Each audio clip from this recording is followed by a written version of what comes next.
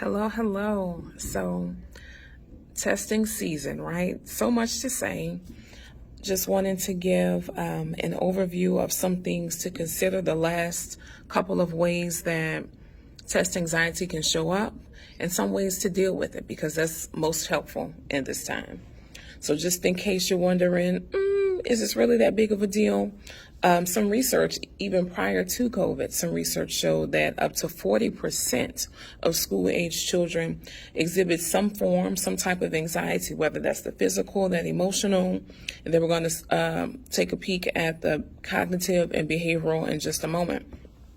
So the behavioral cognitive can be anything from fidgeting, just generally showing signs of being unsettled, outright avoidance of testing situations, educator life, the students that when it's time to take a test, it's time to demonstrate their learning, their mastering, that is all of a sudden there's a behavior issue. Oh, may I go to the restroom? Can I get some water? It's just a lot happening all of a sudden. They were fine, literally up until that moment.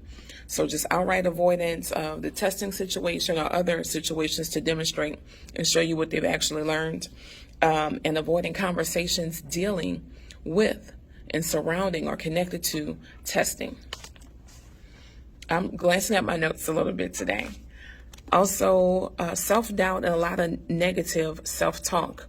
So that has been extremely prevalent starting in upper elementary into middle school and high school. It starts early on, though. It does start in elementary. So if you have and hear young people, in your space, that they have a lot of negative self-talk, then yes, that is actually a demonstration of anxiety.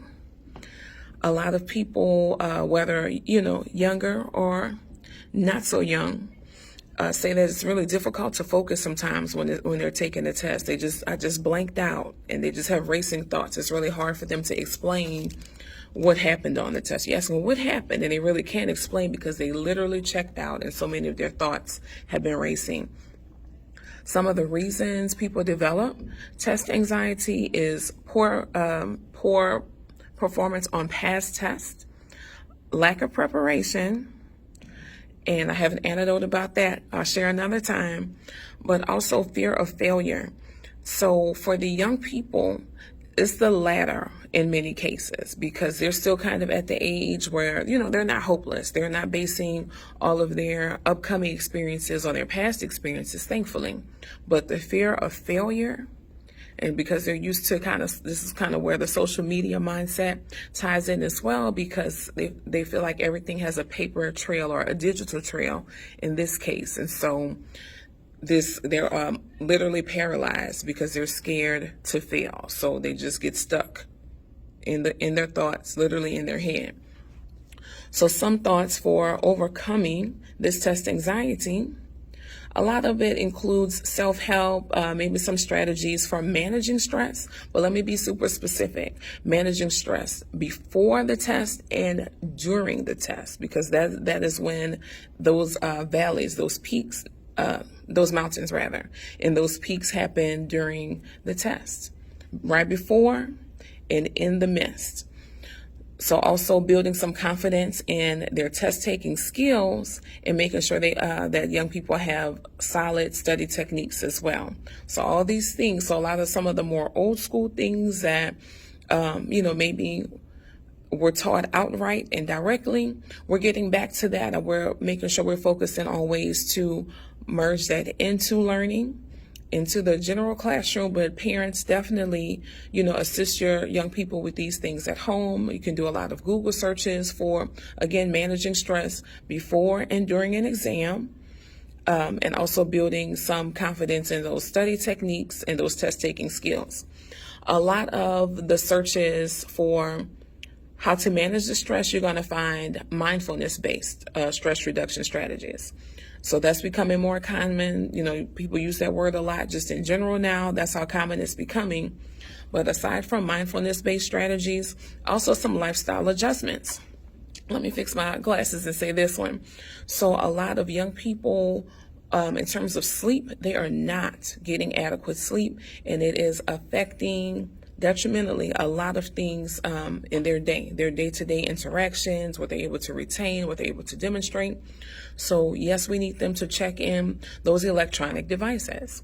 It could be an Amazon Fire Stick remote, right? So they're not just watching TV all night, the cell phone, a tablet, game, a game controller. All these things need to be out of the way. And I know the young people are like, oh, right, I don't believe she's saying that. But seriously, for most adolescents in that age space, you really should be getting about 10 hours of sleep. So especially as you're getting into your testing season, we need to be as on point as possible. So your sleep habits and your eating habits, right? We all have our favorite snacks, but we need to make sure we're feeding our brains and our bodies the things that it needs to thrive, okay? The last couple of things, accepting mistakes. When I say accepting mistakes, understanding that, yes, it's natural, it's going to happen, it's a part of life, but it is not and never should be, never will be connected to your self-worth. Okay, so yes, you're going to make mistakes, but that kind of ties again to that fear of failure, that if you do make a mistake, it doesn't speak to your worth as a person. And minimizing distractions as much as possible. So I'm going to lean in and say again about checking in electronic devices or things associated with them regularly, because otherwise those notifications are going to go off all night. They're going to respond to them all night. They're going to peek and see who said what.